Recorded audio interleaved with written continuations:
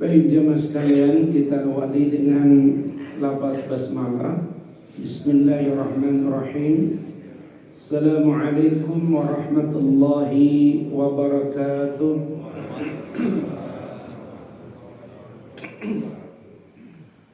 Alhamdulillahi rabbil alamin, alladzi khalaqal mauta wal hayata liyabluwakum ayyukum ahsanu amala.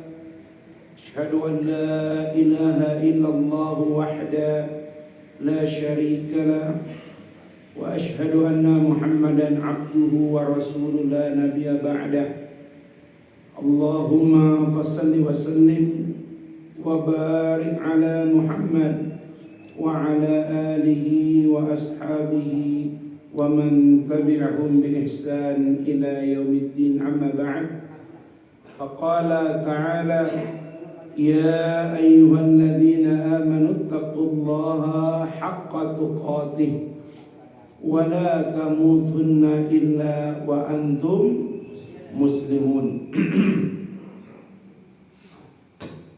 وقال تعالى يا أيها الذين آمنوا اتقوا الله وكونوا مع الصادقين. Jamaah subuh keluarga besar Masjid Al-Falah yang dicintai Allah, alhamdulillah kita sudah melewati pertengahan bulan Jumadil Awal. Hari ini kita masuk 16 Jumadil Awal 1444 Hijriah, 3 bulan 14 hari menuju Ramadan. 3 bulan 14 hari menuju Ramadan. Mudah-mudahan semuanya sehat walafiat. Sampai kemarin sebagian sholat Jumat masih di tenda, karena memang beberapa masjid itu kondisinya memang retak ya. Dan jamaah kira-kira lebih nyaman sholat di tenda. Udah kenyamanan Pak ya gitu. Karena gempa-gempa kecil itu masih saja. Kita berdoa mudah-mudahan musibah-musibah yang menimpa ini membuat kita semua lebih menyadari. Apalagi semalam banyak yang menangis, tim kesayangannya kalah ya begitu. Padahal namanya Brazil. Brazil itu kan bahasa Indonesianya berhasil ya. Ternyata kalah karena mereka mengejek Kroasia, sia-sia katanya. Sia-sia ya. Ternyata nama tinggal nama ya. Lagi-lagi adu penalti. Ustadz megang bola juga, saya pegang Maroko. Ya, Maroko, Garut itu. Tapi dia di kecamatan Cibalong. Kecamatan Cibalong ya. Dan di Garut juga ada Al-Hakimi ya, Al-Hakimi yang pintar cukur rambut tapi ya Masya Allah. Asgar Masya Allah. Bapak-bapak,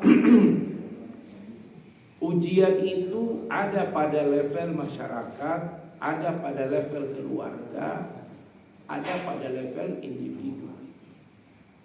Memang ada orang bertanya, bagaimana kita membedakan ini ujian atau azab atau cobaan? Yang begitu-begitu tidak terlalu penting Pak. Tapi yang lebih penting adalah mengambil pelajaran. Ya. Di Quran surat Ar-Rum surat 30 ayat 41. Zaharal fasadu fil barri wal bahar bima kasabat aydin nas. Telah nampak kerusakan di darat dan di lautan akibat perbuatan manusia. Apa kata Allah? Liyadzuku ba'da ma amilu, agar mereka merasakan sebagian akibat perbuatan mereka.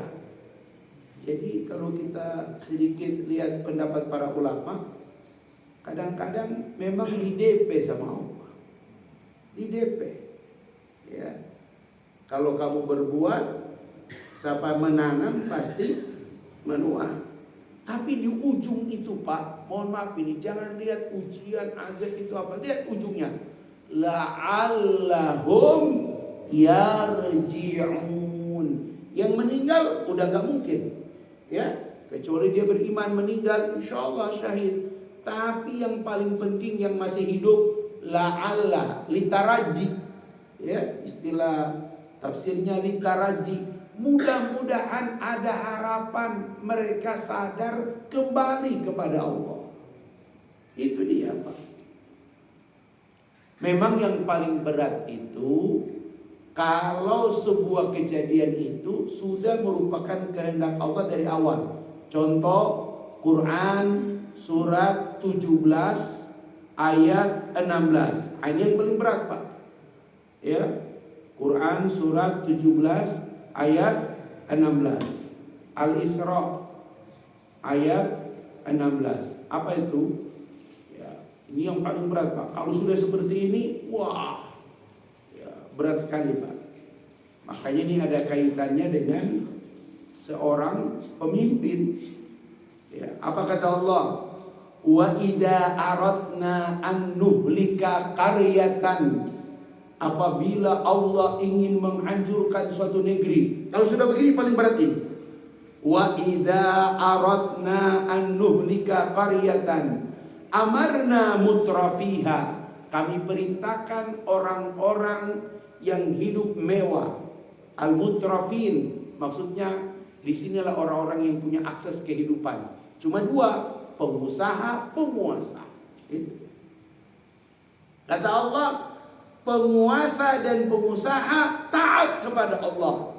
Taat kepada Allah, ya. Jadilah kalian orang-orang yang abid, ya. Tapi apa yang terjadi? Fafasaku fiha. Justru mereka berbuat kedurhakaan di negeri itu. Fahaqqa 'alaihal qaul. Maka berlakulah ketetapan kami di negeri itu. Fadammarnaha tadmira. Maka kami hancurkan negeri itu sehancur-hancurnya.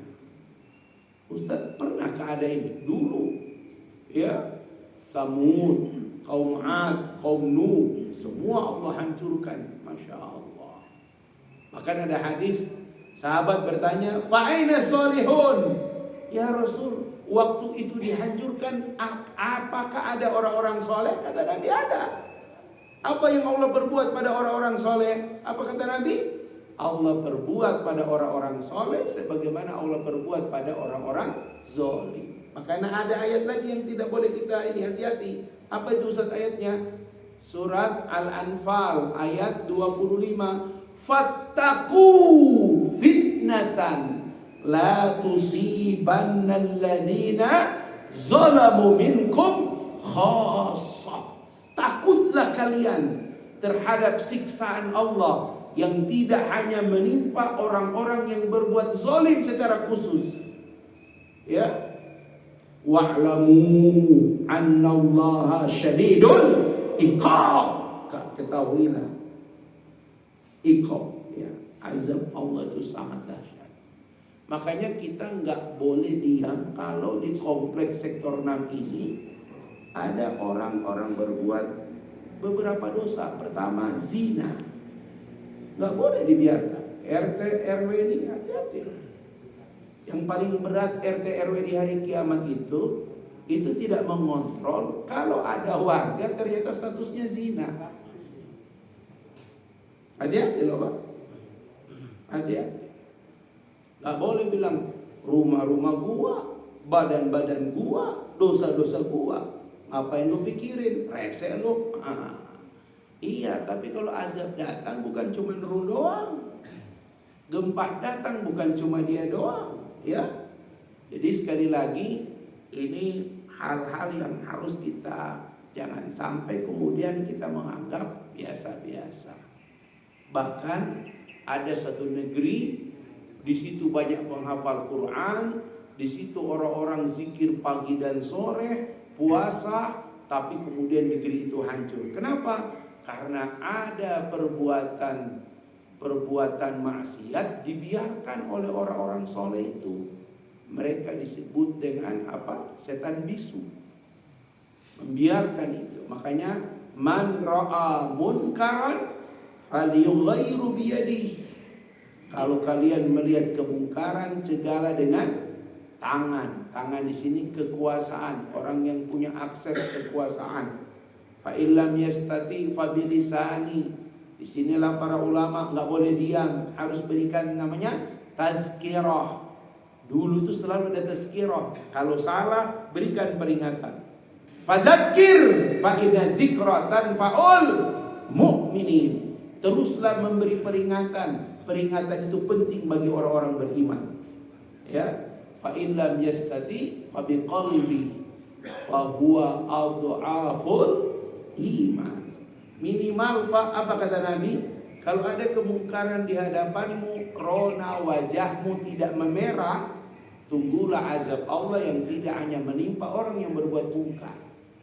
Itulah sebabnya kuntum khaira ummah ukhrijat linnas ta'muruna bil ma'ruf wa tanhauna 'anil munkar wa tu'minuna billah. Bapak-bapak jemaah sekalian, pagi ini kita sedikit akan coba membahas beberapa ayat bagaimana menguatkan kita di masa-masa sulit, di masa-masa ujian.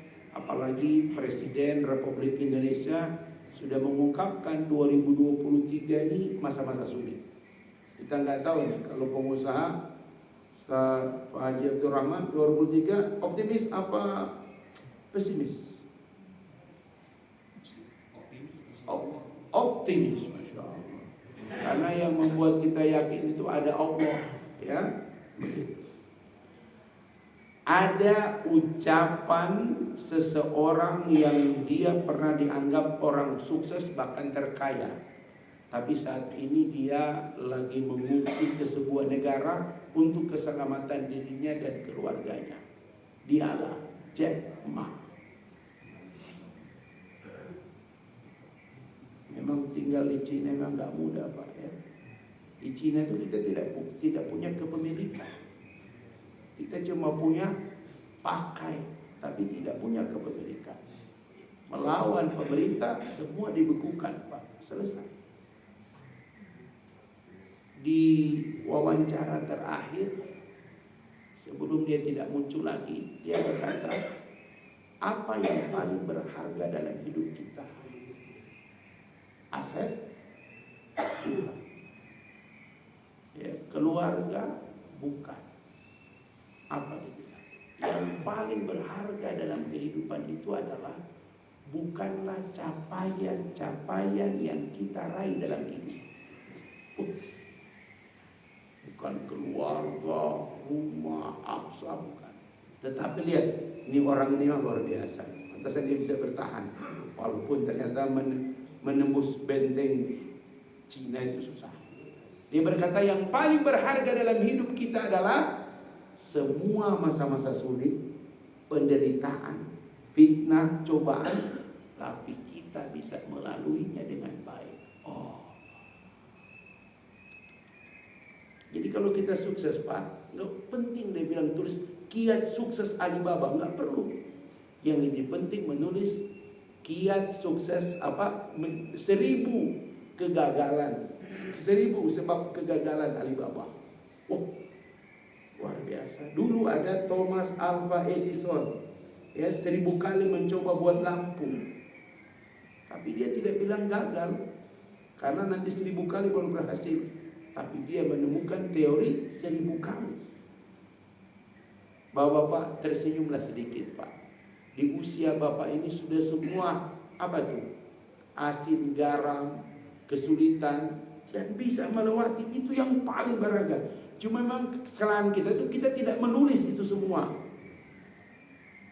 Pertama anak kita menangis, dia gak lulus. Pertama istri kita mengeluh. Cuman kalau istri kita mengomel gak usah ditulis Pak. Rasanya itu gak ada buku yang sanggup menulisnya. Ya, itu dia Pak. Masa-masa sulit yang bisa kita lewati itu yang paling berharga. Tanpa sadar kita ini sebenarnya orang kuat.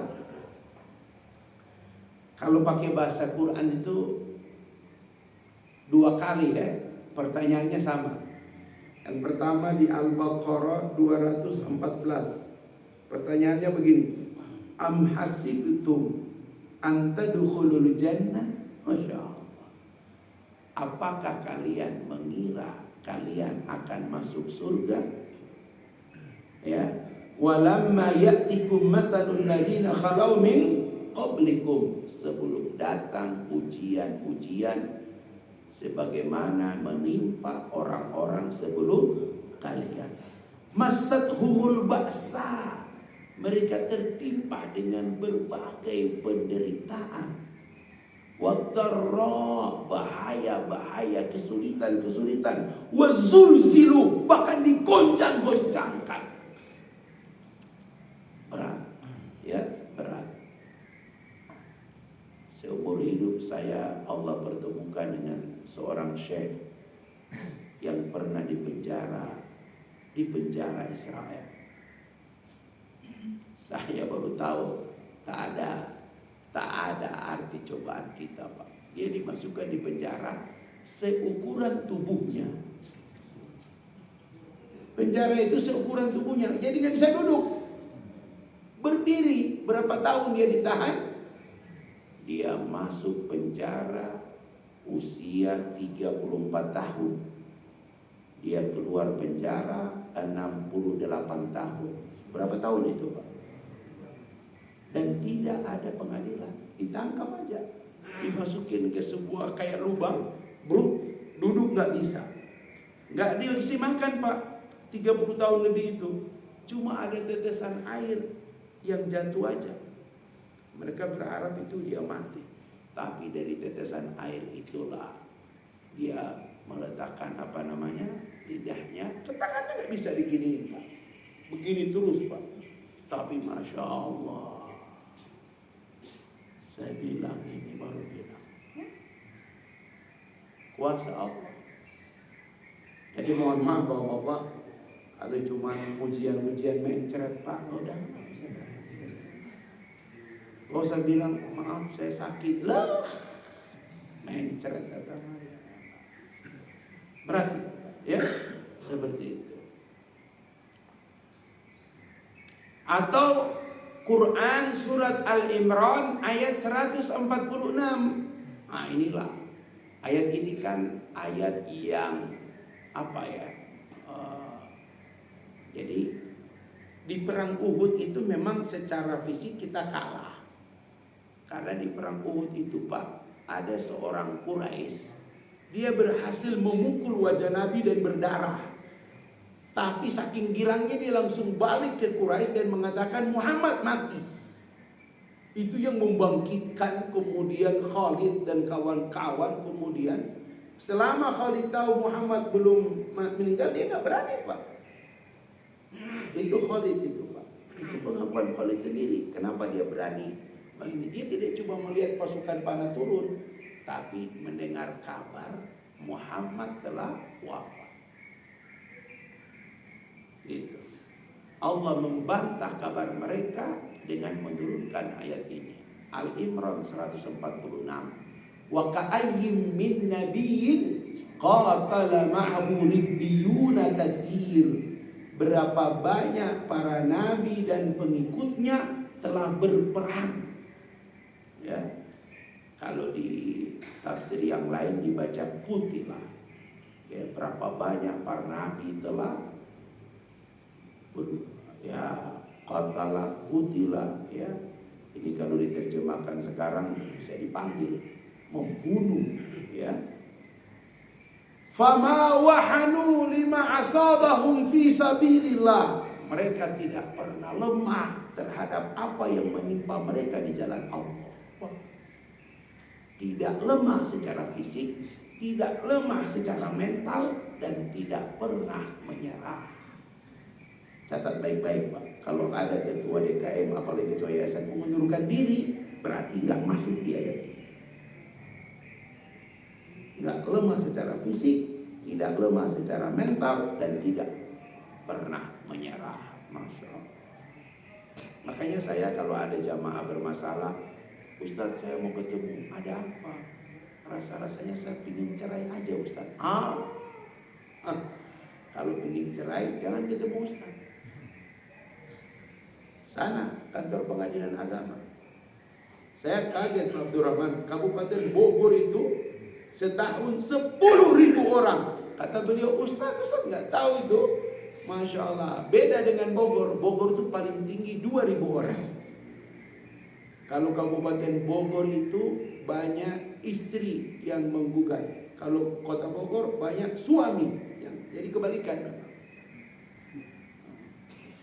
Jadi bapak-bapak, banyak orang sampai pada titik itu. Saya ada jamaah saya, mohon maaf saya tidak sebutkan. Ada kali 18 kali dia mengeluh. Saya bilang jangan. Wah, jangan cerai. Sampai akhirnya hari ini dia tetap bertahan. Memang di pengadilan agama itu ada ruang. Pengadilan agama sudah begini, Ustadz Yasir, cerai itu bagian daripada agama. Saya bilang betul, siapa yang bilang itu kan putusan hakim disumpah. Saya bukan tidak percaya pada hakim dan sebagainya, tapi tujuan setan utama itu memisahkan keluarga yang sah. Walaupun itu dengan perceraian. Memang cerai itu bagian solusi kata hakim. Tapi setan tertawa itu kalau orang bercerai. Karena benteng terakhir keluarga itu adalah bersabar. Gak semuanya pasangan kita sempurna. Gak semua pasangan kita mulia. Bersabar. Kalau bahasa mereka begini, memang Ustadz gak ngerasa. Saya bilang, Bu, saya ke pengadilan, orang datang cerita, melihat langsung kasus itu banyak-banyak macam cara. Biasanya tuh yang paling mudah cerai itu ketika dia merasa kehormatan dia, makan tuh kehormatan.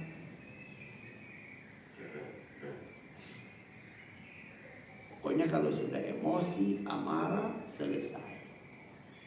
Nah Ustadz, apa yang boleh kita banggakan dalam diri kita setiap kali kita melewati ujian kita berhasil? Sebenarnya bapak-bapak banyak yang kita banggakan Pak, ya, dan kita berhasil. Cuma kita tidak catat dan kita tidak sadari itu.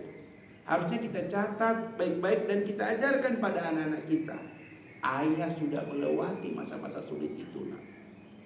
Ya, apa itu? Yang pertama, mohon maaf, ini yang paling mendasar melewati semua ujian.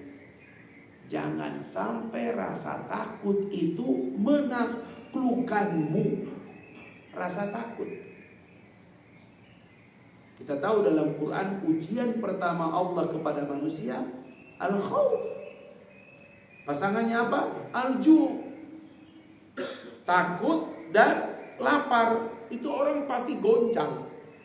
Walanabluwannakum bisyai'in minal khawf wal ju'. Makanya kenapa orang Quraisy disuruh menyembah Allah? Falyabudu rabb hadzal bait. Kenapa orang Quraisy disuruh menyembah Tuhan yang punya Ka'bah? Alladzi at'amahum min ju' wa amanahum min khauf. Karena Allah memberikan dua rasa. Pertama rasa aman dan Allah hilangkan dari mereka rasa lapar. Bapak-bapak pertama sekali menginjakan ke tanah suci itu kebayang, ini kalau nggak ada dari mana-mana, makannya dari mana tuh Makkah itu Pak? Batu, nggak ada yang tumbuh. Biwadin ghairi zar'in. Begitulah Nabi Ibrahim meletakkan keluarganya di lembah yang tidak ada tanda-tanda kehidupan. Gitu. Beda kalau di Madinah Pak. Di Madinah itu Masya Allah kurma. Makanya orang Quraisy dulu li'ila fi Quraisyin ilafihim rihlatash syita'i was-shayf. Kalau musim panas mereka ke Syam. Karena Syam itu dingin. Tapi kalau musim dingin mereka ke Yaman. Kenapa? Karena Yaman panasnya Dia tidak mengenal musim dingin itu Yaman, Pak. Kalaupun dingin sejenak, panas sepanjang itu. Makanya Yaman ke atas terus sampai Maroko. Di sana kalau orang kuliah itu kalau mau tidur, Pak, mohon maaf, kalau mau tidur kasurnya disiram, Pak. Baru bisa tidur. Disiram, Pak, satu ember disiram. Mau tidur. Kenapa? Panas. Ada tetangga baru pulang dari sana. Mana? Benar Ustaz, saya siram dulu. Pokoknya kalau udah masuk bulan Mei, Juni, Juli, Agustus itu kasur disiram, Pak. Tidur, baru bisa tidur, Pak. Nggak ada 5 menit udah kering itu kasur, Pak. Masya Allah. Panas. Cuma 2 Ustaz, panas dan panas banget.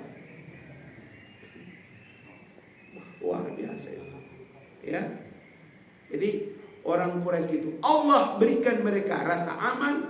Makanya yang jadi suami, yang jadi kepala rumah tangga, RT, RW, wali kota, bupati, presiden, itu yang paling utama itu adalah memastikan negara itu tidak ada orang yang punya rasa takut dan tidak ada orang yang punya rasa lapar.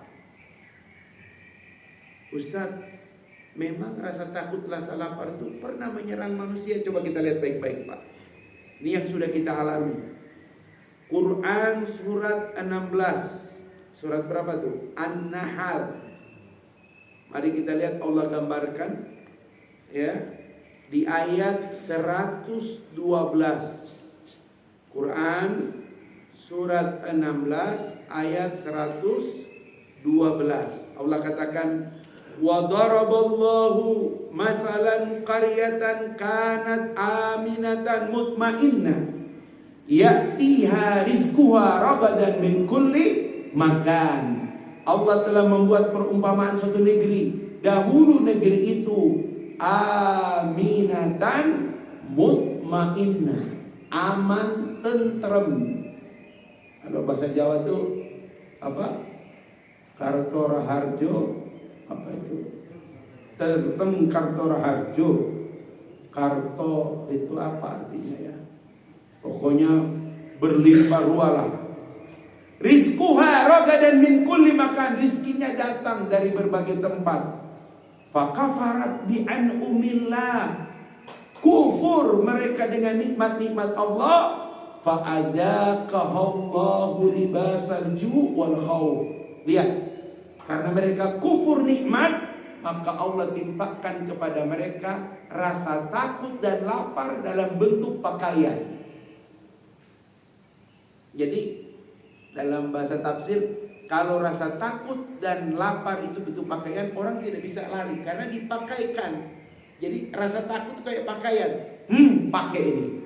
Takut dan lapar. Itu yang pernah kita rasakan. Sebagian ya, mungkin nggak semua orang sama, tapi sebagian. Waktu Juli 2021 tahun yang lalu. Waktu masa Delta. Saya sampai, mohon maaf, ada sampai sekarang jamaah Yasmin itu dia tidak, bukan dulu sering negur saya, sekarang nggak mau negur dia. Gara-gara Ustadz pinjam dong itu, cari Ustadz, saya pinjam oksigen. Saya bilang, Mas, saya bukan rumah sakit, Mas. Kemarin waktu oksigen ada itu sudah dipakai. Itu saat itu Masya Allah, betapa oksigen itu orang antri minta ampun. Ketua panitia sholat Idul Adha, panitia Ramadan, panitia Idul Adha, bisa digabung di masjid kami, Pak. Ya, apa yang terjadi, Pak? Zuhur dia masuk, dapatnya rumah sakit Ciawi. Ya. Isya baru dapat pelayanan di UGD. Ustaz, alhamdulillah saya sudah di UGD. Jam 1 istrinya kabarin, Ustaz mohon doa. Kenapa? Abang udah gak ada.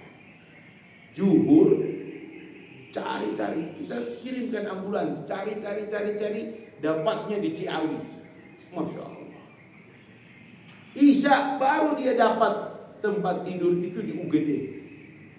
Jam 1 dikabarin oleh istrinya, Ustaz mohon doanya, abang udah gak ada.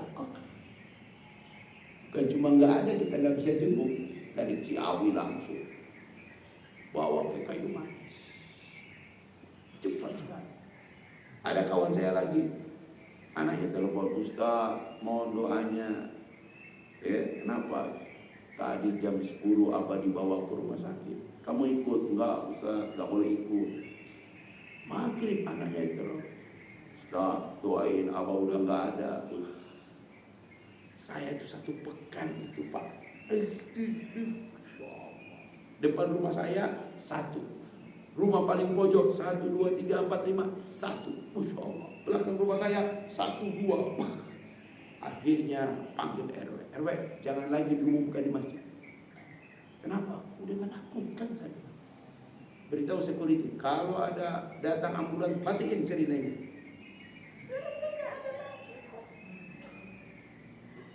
Itu kalau sirine datang, Pak, waktu itu, semua dari di grup, siapa lagi, Masya Allah.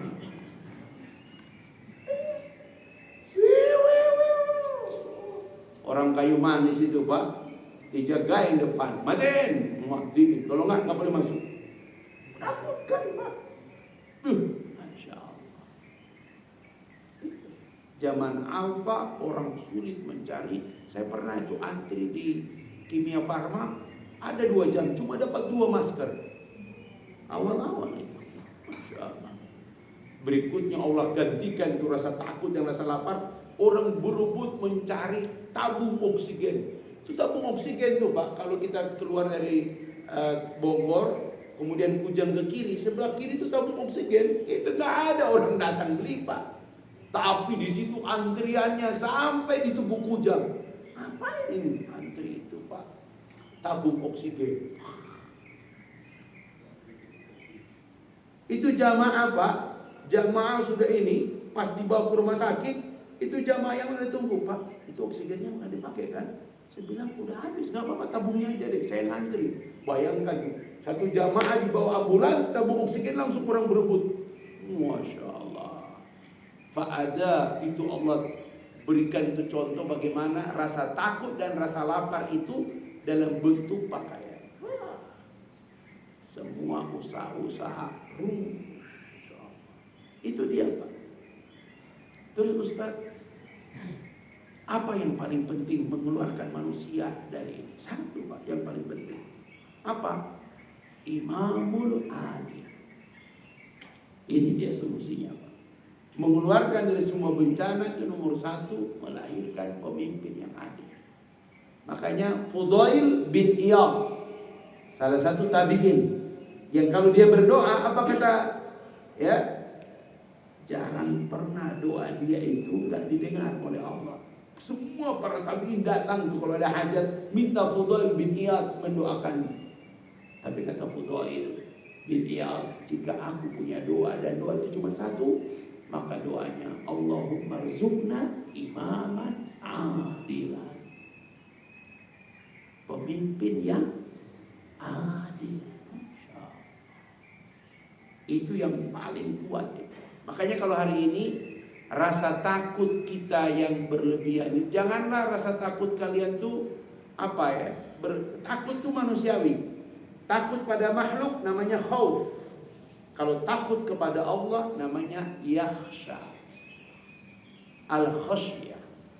Ya, karena beda. Takut pada makhluk maka kita menjauh dari makhluk itu. Takut pada ular, jauhin ular. Tapi takut kepada Allah, dekatin Allah. Begitu. Takut pada istri? Hah? Hah?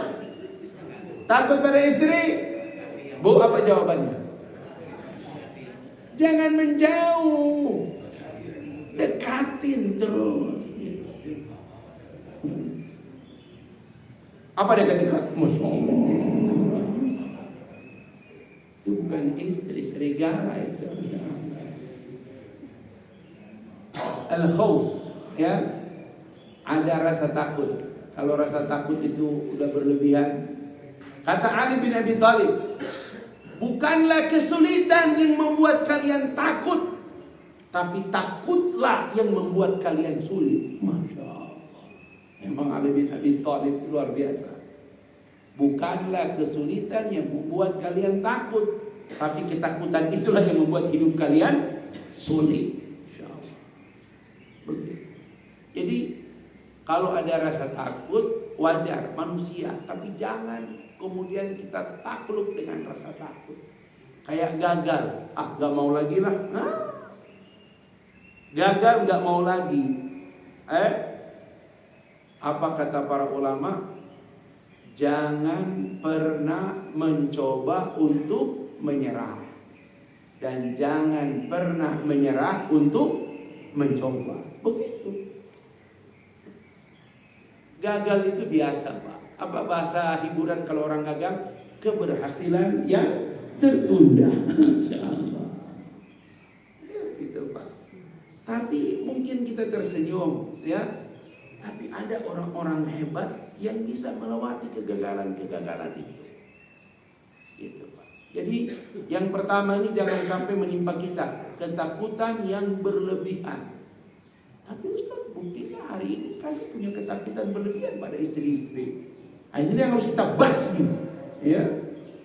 Nggak boleh ibu-ibu membuat suami punya rasa takut kepada ibu berlebihan. Gitu. Sebenarnya sih bukan takut Ustaz, kami sayang istri sebenarnya. Takut dan sayang beda-beda tipis lah. Begitu. Jadi ada rasa takut itu dia. Yang beda ini, coba siapa yang pegang handphone internetnya aktif? Ada nggak yang pegang handphone internetnya aktif? Ada nggak yang bawa handphone internetnya aktif, bisa lihat? Ada ya? Coba ketik kata berani. Ada nggak dalam Quran? Berani dalam Quran. Berani dalam Quran. Ada nggak kata berani dalam Quran? 6.236 ayat. Apakah ada kata berani dalam Quran? Nggak ada. Tidak ada satupun kata berani dalam Quran. Ya, kenapa Bapak-bapak? Kata ulama, kata dalam Quran tidak semuanya tersurat. Kadang tersirat. Ya, begitu. Coba kita lihat bagaimana Allah menyebut kata Quran, di kata berani dalam Quran. Tidak dalam bentuk tersurat, tapi dalam bentuk tersirat. Apa definisi berani? Apa lawan berani? Takut. Orang yang tidak punya rasa takut, dialah pemberani. Nah, kita lihat ayat-ayat orang yang tidak punya rasa takut. Semua ayat ketakutan itu, Pak. Kan tadi ketakutan itu bentuk ujian yang paling berat itu orang alami, takut. Bapak-bapak mohon maaf, Pak, apapun tantangan hidup kalau tidak membuat rasa takut bukan ujian. Kita masih ada aman-aman. Ini mah aman lah. Tapi kalau sesuatu membuat kita takut, wah itu stres itu. Begitu, Pak. Ya. Dulu di zaman dimana polisi masih jarang, Pak. Apalagi kalau kita tinggal di sebuah tempat, maling lah, garong lah, itu masih ada dulu. Kalau sekarang, masya Allah. Ya. Apa yang membuat orang bisa hilang rasa takut? Cuma satu jawabannya, konsistensi dalam setiap amal. Makanya kita lihat hampir semua ayat istiqomah itu semua menghilangkan rasa takut. Innalladzina qalu rabbunallah tsumma istaqamu tatanazzalu alaihimul malaika alla takhafu wa la tahzanu. Orang-orang yang mengatakan Tuhan kami adalah Allah, kemudian mereka meneguhkan pendirian mereka konsisten, maka malaikat akan turun mengatakan janganlah kalian takut apalagi bersedih. Konsisten. Fusilat ayat 30.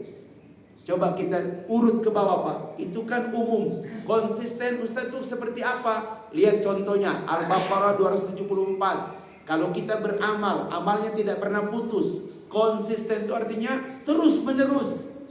Ya. Innalladzina yunfikuna amwalahum. Al-Baqarah 274. Contoh ketika orang berinfak.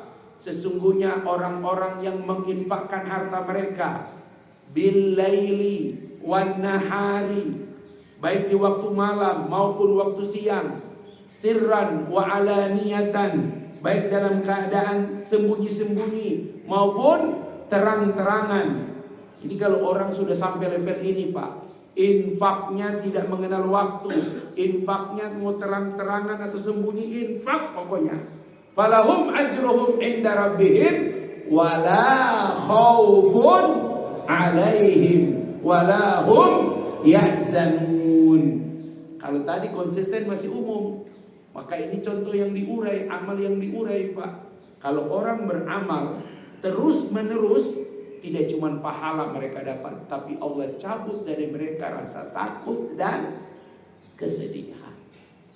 Jadi bapak-bapak, menghadapi ujian itu yang paling utama, janganlah takut menaklukkan, tapi konsistenlah dengan suatu amal. Makanya mohon maaf Pak, setiap orang punya kebanggaan amalnya nanti di hari kiamat. Setiap diri kita harus punya amal yang kita jaga sampai mati gak putus. Walaupun cuma sekedar baris pertama tiap kali sholat. Saya Ustadz seumur hidup di Al-Falah, kalau sedang sholat gak pernah baris kedua. Masya Allah. Berarti tiang masjid aja kalah sama dia, karena dia sholat di atas dia, di depan tiang. 1, 2. Ada memang jamaah kalau sholat cari tiang, karena posisi itu menentukan. Cari amal, Pak. Apa amal kalau kita itu gak putus sampai mati? Tak ada seharian itu kecuali kita mau amal harian. Amal harian itu pasti sholat, ya, sholat, zikir, tilawah.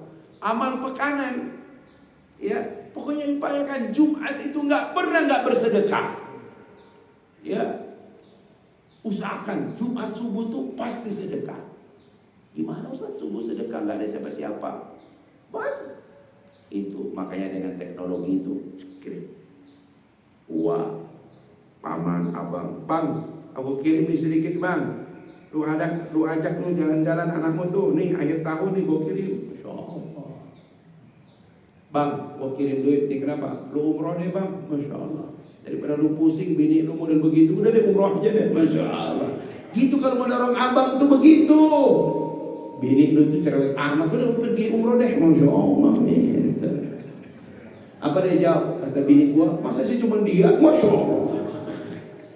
Boleh dong kirim bini lu ikut umroh, tapi jangan lagi marah-marah kalau pulang dari umroh. Masya Allah. Begitu Pak, ya.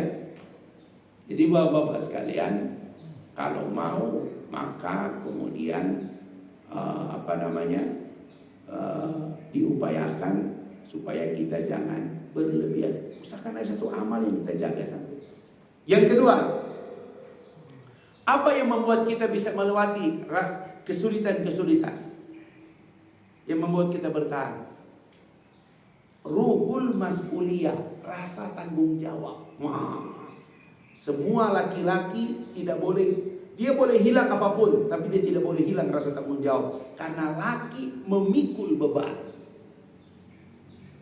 Makanya laki itu identik dengan unta pemikul beban. Anak nangis pulang ke rumah, boleh gak apa-apa nak pulang, ada ayah nak. Masya Allah. Ayah, tenang nak, ada ayah nak.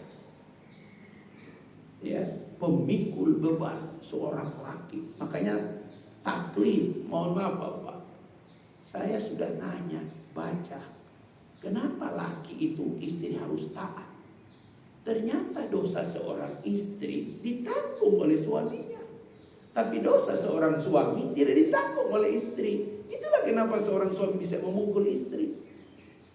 Karena kau salah, aku yang menanggung dosamu. Saat aku mengatakan, aku terima nikahnya Fulana binti Fulana dengan mas kawin tersebut dibayar tunai, perwalian dari bapaknya termasuk menanggung dosa, dipikul oleh seorang suami. Makanya kenapa seorang suami wadribuhunna, boleh memukul, walaupun memukul dalam rangka pendidikan, bukan emosi. Karena ketika istri berdosa, sholatnya suka di akhir waktu, suka menggosipin orang, suami kalau sampai hush, diam, jangan bicarakan kejelekan orang, itu jangan bilang suami rese, bukan bu, karena dosa ibu dipikul oleh suami. Tanggung jawab. Jam 5.25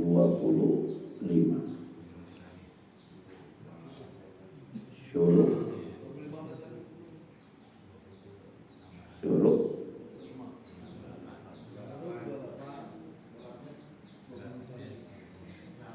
masih lama ya. La haula wala quwwata. Ceramah di sini ini memang panjang benar terasa. Tempat yang lain kita udah syuruk langsung bubar. Pokoknya ceramah sampai bunyi bel syuruk. Padahal bel syuruk itu kenapa bunyi Ustaz? Supaya kita sadar itu haram sholat. Ya. Jadi Ibu, apa makna tanggung jawab yang paling sederhana? Nih anak-anak kecil ini, para santri, halo, bangun, bangun.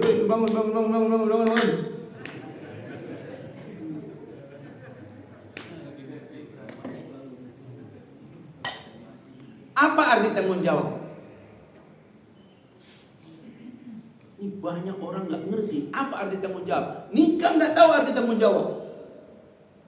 Tanggung jawab Ustaz, semua hal saya yang tanggung. Bukan begitu.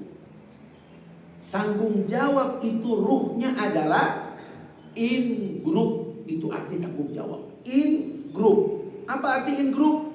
Saya bagian dari mereka, mereka bagian dari saya. Itu tanggung jawab. Kenapa masjid ini saya tidak boleh biarkan jadi begini? Karena masjid bagian dari diri saya. Saya bagian dari masjid. Maka ketika ada masalah di masjid, dia akan bergerak. Karena dia punya in group. Jalan ke masjid lubang-lubang. Gak ada yang beresin. Gak ada tanggung jawab. Kenapa? Gak ada in group. Itu urusan RW. Makanya yang paling bahaya kalau satu keluarga, mohon maaf ini ibu-ibu bapak, yang harus dijaga di seluruh anggota keluarga, jangan sampai mereka kehilangan in group. Dia tidak merasa dia bagian dari AA tidak merasa bagian dari si Teteh tidak merasa bagian daripada si Akang. Bahaya. Saya kalau ceramah keluarga, ada keluarga itu 17 orang. Saya bilang ini emaknya 2. Enggak Ustaz, 1. Masya Allah. 17. Yang udah meninggal 9. Kumpul keluarga. Tapi betul, yang meninggal memang 9, tapi itu anaknya masih ada. Ini anaknya, ini Ustaz bukunya dicatat itu. Itu yang disebut in group. Semua tidak merasa kehilangan. Karena yang paling berat dalam hidup itu kalau ada orang merasa apa? Dia sendirian. Itu paling bahaya. Setan itu hanya bisa menggoda ketika seseorang merasa sendirian. In group itu harus ada, ya. Man lam yahtam bi amril muslimin falaisa minhu. Siapa yang tidak punya kepedulian dengan urusan kaum muslimin bukan dari bagian dari mereka. Makanya kalau ada korban lihat hadisnya.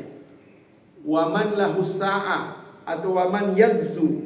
Siapa yang punya akses, punya kesempatan, punya harta, falam yudhi, dan dia enggan berkurban. Apa kata Nabi? Fala yataqarraba musallana. Jangan coba-coba mendekati tempat sholat kami. Gak punya kepedulian. Ruhnya apa? In group. Abang udah tua, hidupnya susah, istrinya cerewet, anak-anaknya gak perhatikan, tapi itu abang kita itu, kita biarin. Masya Allah, hilang rasa tanggung jawab. Kayaknya bapak-bapak checklist tuh anak-anak satu. Kamu dari kecil pesantren, lulus kuliah di Timur Tengah, kamu tidak boleh lupa kamu punya adik, kamu punya teteh.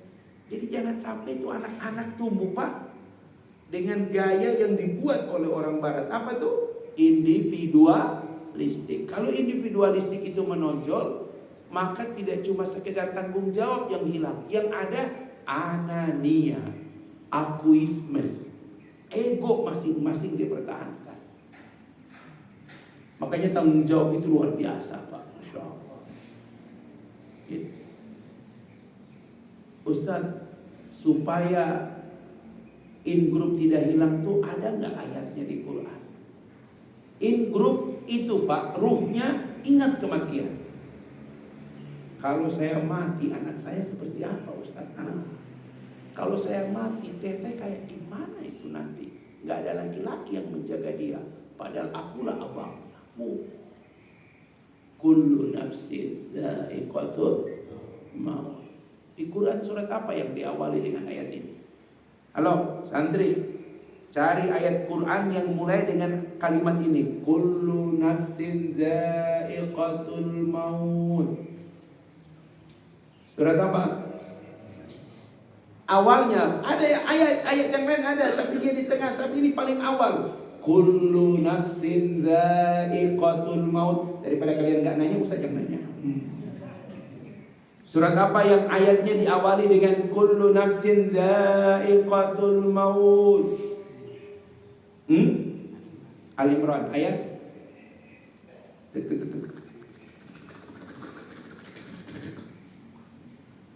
Buka 185. Kullu nafsin dha'iqatul maut wa innama tuwaffawna ujurakum yaumal qiyamah faman zuhziha 'anil nar wa udkhilal jannata faqad faz. Ini ayat tidak boleh hilang, Dek. Ini spirit hidup. Setiap orang pasti mati, dan hanya di hari kiamat disempurnakan balasan. Ini ayat yang membuat orang yang terzolimi tidak putus asa. Ada ayat ini, saya sampai mati hakim menzolimi saya, sampai mati saya dizolimi orang. Ya Rob, ya Rob, ya Rob. Kenapa? Saya tidak putus asa ya Rob, karena semua pasti mati. Dan ketika mati, semua balasan amal disempurnakan di hari kiamat. Di dunia kau selamat, lihat nanti di hari kiamat. Hati-hati itu, Pak. Wa innama tuwaffawna ujurakum yaumal qiyamah. Semua balasan kami sempurnakan di hari kiamat. Faman zuhziha 'anil nar. Siapa yang kami selamatkan dia dari api neraka, wa udkhilal jannah, dan dia dimasukkan ke dalam surga, faqad faz. Itulah orang yang paling beruntung. Makanya dalam definisi ini, Pak, ini definisi paling tinggi. Orang yang paling beruntung itu adalah terhindar dari api neraka, masuk ke dalam surga. Doanya, Rabbana atina fid dunya hasanah wa fil akhirati waqina. Bapak perhatikan doa ini. Saya sampai ketemu sama beberapa ustadz-ustadz salafi. Saya bilang, ada nggak bacaan khusus di depan Ka'bah? Nggak ada, Ustaz. Illa, kecuali cuma satu. Rabbana atina fid dunya hasanah wa fil akhirati hasanah wa qina adzaban. Terus saya tanya, ini doa-doa ini dari mana? Doa-doa itu tidak dibaca oleh Rasul, ya Ustaz. Terus dibaca oleh beberapa sahabat, dibaca oleh beberapa orang. Dibilang sahabat karena berjumpa dengan Nabi. Ya, dan kata Rasul, doanya dikabul, doanya diijabah oleh Allah. Itulah sebabnya saya kumpulkan itu, Pak. Kemudian minta anak saya susun, kemudian saya cetak, Pak, doa itu. Kemarin waktu haji saya bagikan, itu Ustaz, saya mau ini doanya Ustaz. Masya Allah. Doa-doa yang dibaca sahabat di depan Ka'bah, kemudian kata Rasul, doanya diijabah. Karena Nabi cuma sekali haji dan umroh. Ya. Dan Nabi tidak pernah mengeraskan. Tapi ada sahabat yang berdoa di depan Ka'bah, Nabi mengatakan doanya diijabah. Masya Allah. Satu-satunya doa yang dikeraskan Nabi di depan Ka'bah cuma dari Yamani menuju Hajar al-Aswad. Rukun Yamani menuju Hajar al-Aswad. Apa tandanya Ustaz? Kalau lihat ke kiri, pojok Ka'bah paling kiri menuju Hajar al-Aswad. Tapi Ustaz banyak orang gak kelihatan. Tengoklah ke kanan. Kalau kau sudah berada lihat pas Zam-Zam, mulailah baca Rabbana. Zam-Zam sampai lampu hijau, itulah batas membaca Rabbana atina fid dunya. Ustaz, saya tawaf di atas Ustaz. Patokannya itu Zam-Zam sampai lampu hijau. Karena sudutnya dibuat Zam-Zam itu Pak, pas rukun Yaman. Zam-Zam itu sampai dengan lampu hijau, selesai satu putaran tawaf dan memulai tawaf berikutnya. Begitu Pak. Ya. Tahun depan Pak Haji Abdul Rahman, informasi dari abang saya kemarin ikut pelatihan pembimbing. Sekarang pembimbing harus ada sertifikasi Pak. Yang swasta bayar, utusan provinsi ya sebagai utusan gratis. Apa itu? Tahun depan insya Allah lansia itu diprioritaskan. Jadi seluruh lansia tahun depan tuh yang sudah daftar itu berangkat tahun depan. Bisa sampai 25% kota jamaah haji seluruh dunia itu lansia. Saya kebayang kalau lansia Pak, ambulans nggak cukup itu Pak. Lansia ya akan diprioritaskan. Dan haji kemungkinan besar balik lagi 2 juta 3 juta orang. Jadi kemarin haji yang nikmat kemarin itu kata teman-teman Ustadz itu cuma 100 tahun lagi baru ada. Tunggu wabah lagi baru ada lagi haji begitu. Karena kemarin haji kemarin itu Pak, kalau boleh begini Pak 7 bro, saya begini Pak. Kenapa? Gak ada gangguan. Tahun ini dibuka lagi furadah Pak.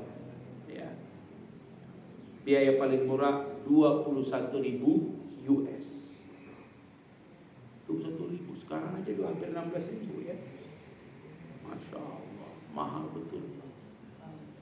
Pokoknya yang 65 tahun ke atas yang sudah tertunda-tunda, pokoknya itu mau dihabisin tahun ini. Cuma ada masalah baru saya tahu Pak. Ternyata biaya haji sekarang itu Pak, yang reguler itu 98 juta rupiah. Yang dibayar cuma jamaah paling tinggi 38 juta. Ditombok dengan dana haji yang tersimpan. Dana haji sudah diinvestasikan. Kemarin nomboknya 1,5 miliar. Karena sejak kemarin Pak, saya baru tahu dulu haji itu Pak, selama di Maisir ya, selama di Mina itu Pak 5 hari itu semuanya biaya dari raja dulu. Itu yang namanya Khadimul Haramain. Tapi sekarang Pak bayar itu semua. Karena semuanya tenda AC, kasur enak, bantal, selimut, semuanya bayar. Makanan juga berlimpah, bayar. Dan satu jamaah itu Pak, kalau dihitung total 98 juta. Ini dolar makin naik ini Pak, mendekati 16.000, bisa 100 juta. Sementara yang disetor oleh jamaah cuma 38 juta. Tinggal 2 tahun Pak. Kemarin sudah 1,5 triliun. Tahun besok ini 2003 terakhir. Kenapa? Karena dana haji yang diinvestasi itu Pak, nggak setahun 2 tahun bisa balik. Lah, habis dana haji.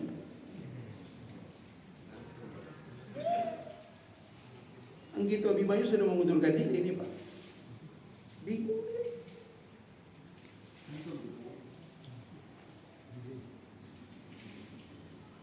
Itulah sebabnya Bapak-bapak sekalian, minimal kita ini jangan hilangin grup lah di keluarga.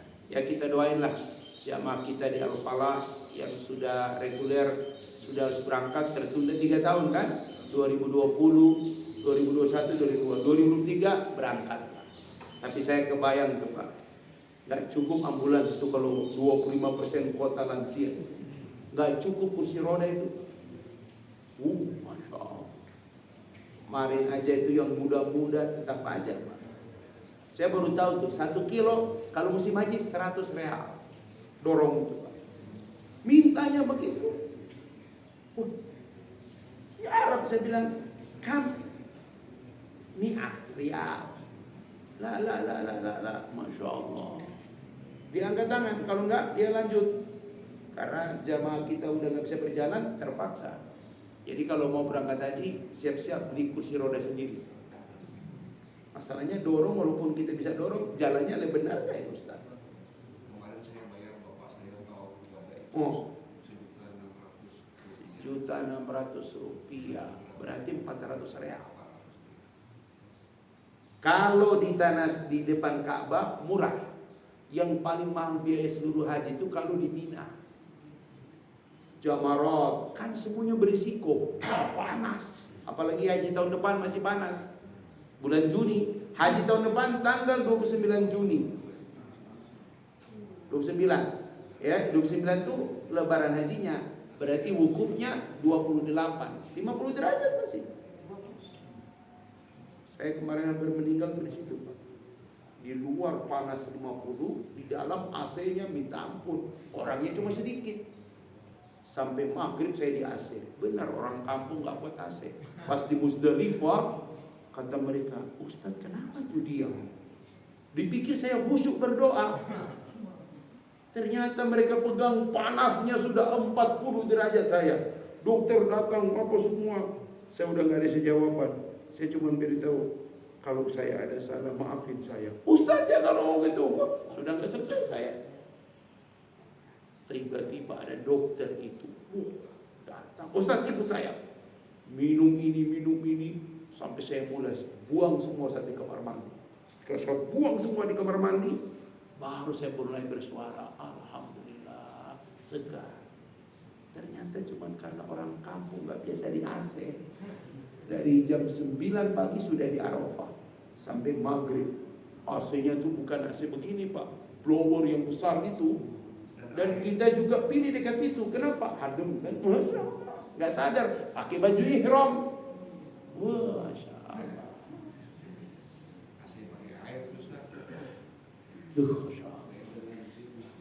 Kasurnya mantap. Karena kami cuma ada 100 orang, itu untuk kapasitas 200 orang. Jadi nyaman betul itu. Itu kalau nggak sadar bisa tidur, nggak berdoa. Padahal di Arafah harusnya berdoa. AC dingin, kasur banyak, selimut, Masya Allah. Dari Arafah kita angkut semua itu selimut-selimut. Selimut dibawa. Kenapa? Sudah diberitahu selimut dibawa. Betul. Yang nggak bawa selimut rugi di Musdalifah. Di Musdalifah kerikil pasir, tak ada lagi. Kenapa? Yang datang pertama ngambil tuh karpet. Kebagian cuma tanah sama kerikil. Ustaz berdiam di sini, inilah paling nikmat haji. Beratapkan langit indah, bintang-bintang. Tapi anginnya masih panas. Alaslah kami itu selimut, duduk di situ. Saya bilang, ini doa paling diijabah, salah satunya di Musdalifah. Doa kami semua. Jadi paling sulit pembimbing haji itu pas saat di Musdalifah, Pak. Karena berebut bis kan orang itu, Pak. Saya bilang jangan ikut mereka. Kita udah koordinasi dengan maktab, kita nanti naik bis setelah subuh. Karena Nabi melakukannya sampai subuh. Selesai subuh Nabi tidak sholat, biasanya Nabi berbalik menghadap jamaah. Selesai subuh Nabi tidak berbalik, kepalanya tidak diangkat, tapi tangannya meminta pada Allah. Doa terus sampai menjelang syuruk, baru Nabi berbalik, kemudian berjalan menuju Aqabah. Masya Allah. Sekarang jamaah kita kebanyakan jam 2 langsung menuju haram. Kenapa? Karena yang paling krusial di haji itu adalah tawaf ifadah. Orang tidak mau berdesakan. Pada saat tanggal 10 Zulhijjah subuh di Makkah sepi, ya, maka orang berdesakan ke sana. Kami tak mau ikut itu. Ustaz, cari bis. Gak ada bis hari ini karena bis tidak boleh masuk di wilayah haji. Dulu boleh Pak, sewa taksi, sewa hiace. Kenapa banyak? Sekarang gak boleh masuk. Masuk di tol gak ada haji suruh balik. Jadi alhamdulillah tuntas gitu. Jadi bapak-bapak ini anak-anak, jangan hilang rasa tanggung jawab. Kalau kalian ada 10 nya harus lulus. Kalau kalian ada 10 nya harus ini. Paksa, sudah berapa juz? Jangan cuma lo hafal sendirian. Rasa in group itu harus ada. Kalau makan sudah ada ini, jangan makan sendirian. Ya, saya Ustaz kalau hafalan bareng, kalau makan masing-masing Ustaz. Enggak boleh. Ya, harus bareng-bareng gitu. Karena di bareng-bareng itu ada barokah. Ya, gitu. Yang terakhir, tak ada orang yang bisa melewati semua kesulitan kecuali dengan kesabaran. Dulu Talut mampu mengalahkan Jalut karena itu mereka melewati sungai. Kata Talut, siapa yang meminum air sungai ini bukan dari barisanku, kecuali yang meminum dengan seciduk sekedar untuk menghilangkan haus. Lebih dari separuh pasukan Talut bukan minum lagi, nyelam. Panas, dapat sungai mereka. Wah, itulah contoh orang yang mengambil dunia berlebihan. Tapi orang yang mengikuti Talut, mereka berkata, kam min fi'atin kasiratin, kam min fi'atin qalila, berapa banyak kelompok yang sedikit mampu mengalahkan kelompok yang besar. Itu yang selalu menang. Dan doa mereka ini, catat doa mereka itu, Al-Baqarah 250. Rabbana afriq alaina sabran. Kenapa selama ini kita tidak sabar? Nggak mungkin sabar kalau dalam masih ada sesak, masih ada ngambek, masih ada marajuh, ya. Itu doanya Afrik, ya Allah kosongkan dada kami dengan kesabaran. Makanya doa terbaik minta sabar, doanya pasukan Talut. Al-Baqarah 250. Allahumma Afrik alaina sabran. Ya Allah kosongkan dada kami dengan kesabaran. Dikosongkan dulu tuh, ngambek, merasa tidak dihargai, merasa kurang dihormati, buang dulu. Diisi dengan kesabaran. Wasabbit aqdamana, kokohkan pendirian kami, wangsurna 'alal qaumil kafirin, tolonglah kami menghadapi orang-orang kafir. Bapak-bapak, tidak ada yang lebih indah kecuali kita bisa bersabar. Tak ada yang lebih indah kecuali kita bisa bersabar. Apalagi bersabar dengan keluarga. Sabarlah dengan istri. Ngomelnya bagaimanapun, katakan pada dia, ngomelmu tidak akan meluluhkan kesabaranku. Tapi saya ada ceramah, ya, judulnya Robah ngomel jadi doa. Masya Allah. Itu khusus ibu-ibu. Merubah ngomel jadi doa. Masya Allah. Ya. Mudah-mudahan insya Allah. Selesai sudah? Alhamdulillah. Bunyi-bunyi dia ya. Mudah-mudahan insya Allah Allah berikan kita kesabaran, kekuatan, bisa melewati semua ujian-ujian. Allahumma Rabbana la tu'akhidna in nasina aw akhta'na. Jangan kau campakkan kami, jangan kau hukum kami ya Allah jika kami salah ataupun lupa. Rabbana wa la tahmil alaina isran kama hamaltahu 'alal ladina min qablina. Jangan kiranya kau pikulkan pada kami beban yang berat sebagaimana beban orang-orang sebelum kami. Rabbana wa la tuhammilna ma la taqata lana bi wa'fu 'anna ya Allah waghfir lana ya Allah warhamna ya Allah anta maulana fansurna 'alal qaumil kafirin. Allahumma arzuqna taubatan nasuha. Allahumma inna nas'aluka min husnil khatimah. Wa sallallahu ala Muhammad wa ala alihi wa baraka wa sallam. Walhamdulillahi rabbil alamin. Subhanaka Allahumma wa bihamdika asyhadu an la ilaha illa anta astaghfiruka wa atubu ilaik. Wallahu muwaffiq lakum min tariq. Assalamualaikum warahmatullahi wabarakatuh.